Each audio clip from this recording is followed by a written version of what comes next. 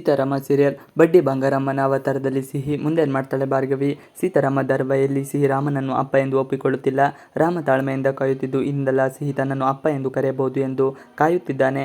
ಆದರೆ ಸಿಹಿಗೆ ಅಪ್ಪ ಆಗಿ ಬರುವವರು ಹೆಚ್ಚು ಕಾಲ ತನ್ನ ಜೊತೆಗೆ ಇರುವುದಿಲ್ಲ.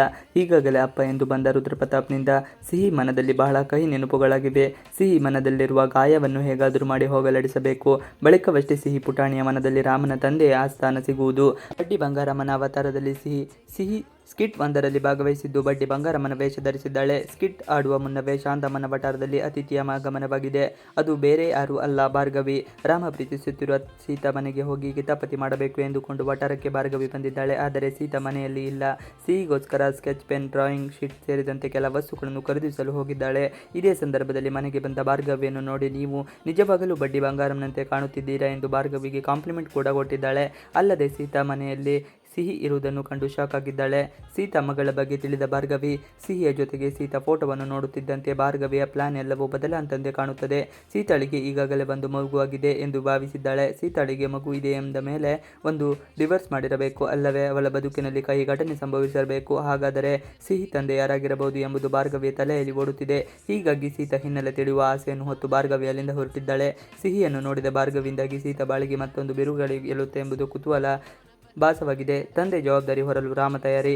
ಇತ್ತ ಸಿಹಿಗೆ ಅಪ್ಪನ ಸ್ಥಾನದ ಬಗ್ಗೆ ಹೇಗೆ ಅರ್ಥ ಮಾಡಿಸುವುದು, ಈ ಮದುವೆಗೆ ಸಿಹಿ ಗ್ರೀನ್ ಸಿಗ್ನಲ್ ಕೊಡುವಂತೆ ಮಾಡುವುದು ಹೇಗೆ, ಅಲ್ಲದೆ ಅಪ್ಪನ ಜವಾಬ್ದಾರಿಗಳು ಯಾವುವು, ತಂದೆ ಯಾವುದವನ್ನು ಹೇಗೆಲ್ಲ ಮಾಡಬೇಕು ಎಂದು ವಿಶ್ವ ಚಿಕ್ಕಪ್ಪ ಹಾಗೂ ಸತ್ಯ ಚಿಕ್ಕಪ್ಪನ ಬಳಿ ಪ್ರಶ್ನೆ ರಾಮ ಮಾಡಿದ್ದಾನೆ.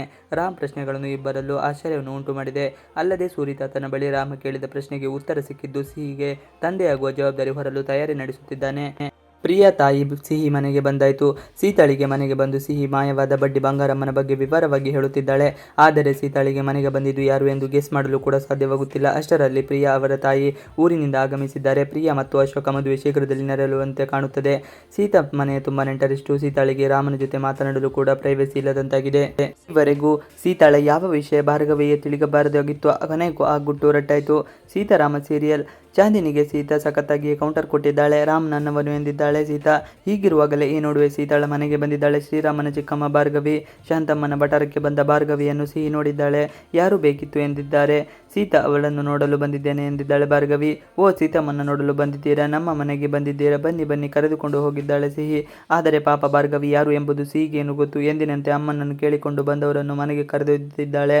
ಕುಳಿತುಕೊಳ್ಳಿ, ನೀರು ತಗೊಂಡು ಬರ್ತೀನಿ ಎಂದಿದ್ದಾಳೆ ಸಿಹಿ. ಇತ್ತ ಸಿಹಿ ಒಳಗೆ ಹೋಗುತ್ತಿದ್ದಂತೆ ಮನೆಯವರನ್ನು ಒಂದು ಸುತ್ತ ಕಣ್ಣಾಡಿಸಿದ್ದಾಳೆ. ಸೀತಾ ಮತ್ತು ರಾಮನ ನಡುವಿನ ಪ್ರೀತಿ ಮುರಿಯಲು ಸೀತಾಳ ಮನೆಯಲ್ಲಿ ಏನಾದರೂ ಸಿಕ್ಕಬಹುದು ಎಂದು ಬಂದಿದ್ದಾಳೆ. ಆಗ ಸೀತಾಳ ಜೊತೆ ಸಿಹಿ ಇರೋ ಫೋಟೋ ಭಾರ್ಗವಿ ಕಣ್ಣಿಗೆ ಬಿದ್ದಿದೆ. ಅಷ್ಟೇ ಅಲ್ಲ, ಸೀತಾಳಿಗೆ ಮಗು ಒಳಗಿದ್ದಾಳೆ ಎಂದು ಒಳಗೊಳಗೆ ಮತ್ತೊಂದು ತಂತ್ರ ಹಣೆಯುತ್ತಿದ್ದಾಳೆ. ಈವರೆಗೂ ಸೀತಾ ಸಿಂಗಲ್ ಎಂದುಕೊಂಡಿದ್ದ ಭಾರ್ಗವಿಗೆ ವಿಚಾರ ಶಾಕ್ ಆಗಿದೆ. ಈ ಮೂಲಕ ಸೀತೆಯನ್ನು ಅರಸಿ ಬಂದ ಭಾರ್ಗವಿಗೆ ಸಿಕ್ಕಿದೆ ಅನ್ನೋ ಬ್ರಹ್ಮಾಸ್ತ್ರ. ಈ ಸಿಹಿ ಸೀತಾಳ ಮಗಳ ಎಂದ ಬೀಗಿದ್ದಾಳೆ. ಆ ಅಸ್ತ್ರವನ್ನು ಇಟ್ಟುಕೊಂಡು ತಂತ್ರ ಪ್ರತಿತಂತ್ರ ಹೆಣೆಯಲು ಮುಂದಾಗಿದ್ದಾಳೆ. ಹಾಗಾದರೆ ಭಾರ್ಗವಿಯ ಮುಂದಿನ ಪ್ಲಾನ್ ಏನು ಎಂಬುದು ಮುಂದಿನ ಎಪಿಸೋಡ್ನಲ್ಲಿ ತಿಳಿಯೋಣ. ಸೀತಾರಾಮ ಸೀರಿಯಲ್ನ ಹಿಂದಿನ ಸಂಚಿಕೆಯಲ್ಲಿ ಏನಾಯಿತು ಎಂಬುದನ್ನು ಇವತ್ತಿನ ವಿಡಿಯೋದಲ್ಲಿ ತಿಳಿಯೋಣ. ಸೀತಾರಾಮನ ಜೊತೆ ಡಬಲ್ ಗೇಮ್ ಮಾಡ್ತಿರೋ ಚಾಂದಿನಿ ಪ್ಲಾನ್ ಏನು?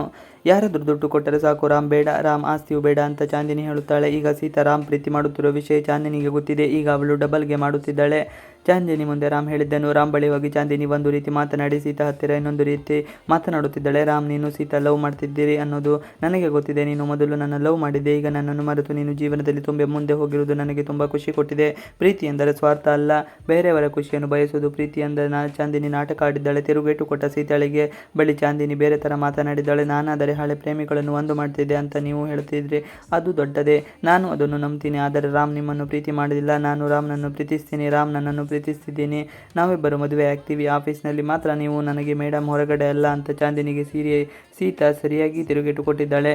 ಚಾಂದಿನಿ ಸಂಚು ಏನು? ರಾಮ್ ಮುಂದೆ ಒಳ್ಳೆಯವನ ಥರ ನಾಟಕ ಮಾಡೋದು, ಸೀತಾ ಮುಂದೆ ಹೋಗಿ ರಾಮ್ನನ್ನು ಬಿಟ್ಟು ಕೊಡು ಅಂತ ಕೇಳೋದು ಚಾಂದಿನಿ ಕೆಲಸ ಆಗಿದೆ. ಇನ್ನೊಂದು ಕಡೆ ತಾತ ಮಾತ್ರ ಚಾಂದಿನಿ ರಾಮ್ ಮದುವೆ ಮಾಡಬೇಕು ಅಂತ ಪ್ಲ್ಯಾನ್ ಮಾಡುತ್ತಿದ್ದಾಳೆ.